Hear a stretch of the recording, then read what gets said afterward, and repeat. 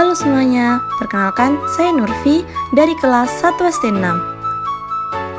Saya adalah mahasiswa Polsat SIS Angkatan 62.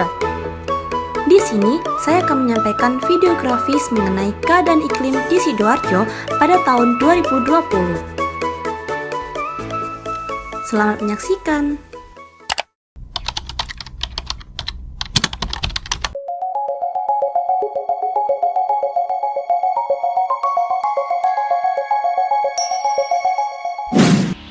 Sidoarjo adalah salah satu kabupaten di Jawa Timur. Kabupaten ini berbatasan dengan Kota Surabaya di sebelah utara, Kabupaten Mojokerto di sebelah barat, Kabupaten Pasuruan di sebelah selatan, dan Selat Madura di sebelah timur. Sektor yang paling mendominasi adalah pertanian, karena sebanyak 32,99% dari total wilayahnya merupakan lahan sawah. Di sisi lain, Sidoarjo termasuk daerah pesisir, sehingga tidak heran jika ikon kabupaten ini adalah udang dan bandeng. Dua komoditas utama di sektor perikanan. Sidoarjo juga memiliki bandar udara, yaitu Bandara Juanda, dengan dua jenis penerbangan antara lain penerbangan domestik dan penerbangan internasional. Dari beberapa sektor tadi, ada satu hal yang menjadi kunci utama, yaitu kondisi iklim. Iklim dapat membawa dampak buruk jika kita tidak memperhatikannya, seperti gagal panen, kecelakaan laut dan udara, serta bencana alam seperti banjir dan tanah longsor. Oleh karena itu, kita perlu mengetahui data-data kondisi iklim. Sepanjang tahun 2020, BPA Sidoarjo bersama Stasiun Klimatologi Kelas 1 Juanda telah mencatat data tersebut ke dalam beberapa kelompok. Data yang pertama adalah rata-rata suhu dan kelembapan. Suhu menunjukkan derajat panas benda, sedangkan kelembapan menunjukkan konsentrasi uap air di udara. Kedua unsur ini memiliki hubungan yang terbalik. Ketika suhu tinggi, berarti kelembapan yang dimilikinya rendah. Biasanya terjadi saat musim kemarau. Sementara ketika suhu rendah, berarti kelembapan yang dimilikinya tinggi. Ini terjadi saat musim hujan. Sebagaimana seperti yang terlihat pada grafik amatan Kabupaten Sidoarjo berikut ini.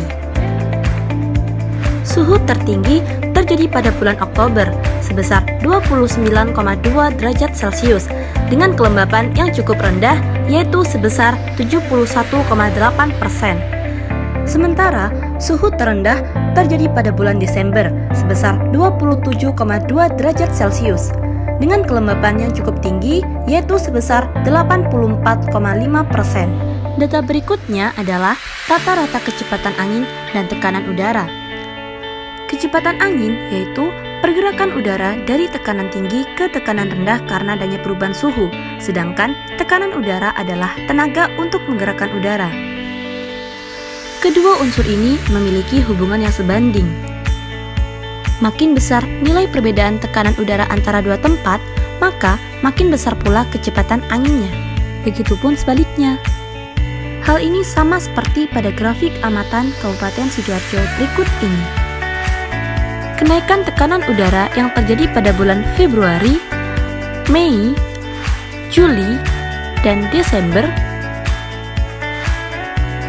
diikuti dengan kenaikan kecepatan anginnya, baik yang tepat bersamaan di bulan itu maupun setelahnya. Data yang terakhir adalah jumlah curah hujan dan hari hujan yang bersumber dari 30 titik lokasi penakar hujan di seluruh kecamatan, serta data mengenai penyinaran matahari. Ketiga unsur ini saling berkaitan, seperti halnya pada grafik amatan Kabupaten Sidoarjo berikut ini. Sepanjang tahun 2020, ada 174 hari hujan. Curah hujan dan hari hujan relatif tinggi selama bulan Januari sampai Mei, yaitu sebanyak 113 hari dengan curah hujan tertingginya sebesar 527,5 mm di bulan Februari.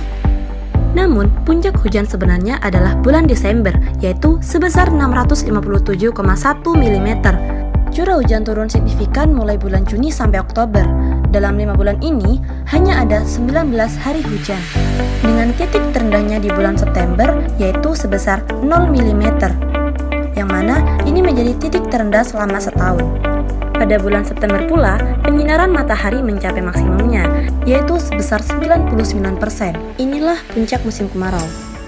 Setelah melihat data-data tersebut, kita dapat mengetahui kapan terjadinya iklim ekstrim dan musim pancaroba, sehingga kita bisa lebih mempersiapkan diri dengan cara berolahraga ataupun menanam pohon agar terhindar dari penyakit dan bencana yang akan melanda. Bagi para petani, mereka akan memilih jenis tanaman yang sesuai dengan iklim yang sedang terjadi. Di sisi lain, para pilot, nelayan, dan nahkoda akan lebih berhati-hati dalam memilih waktu untuk mengoperasikan pesawat atau kapalnya. Sementara, bagi pemerintah, data ini berguna sebagai alat untuk membuat program lanjutan terkait masalah iklim.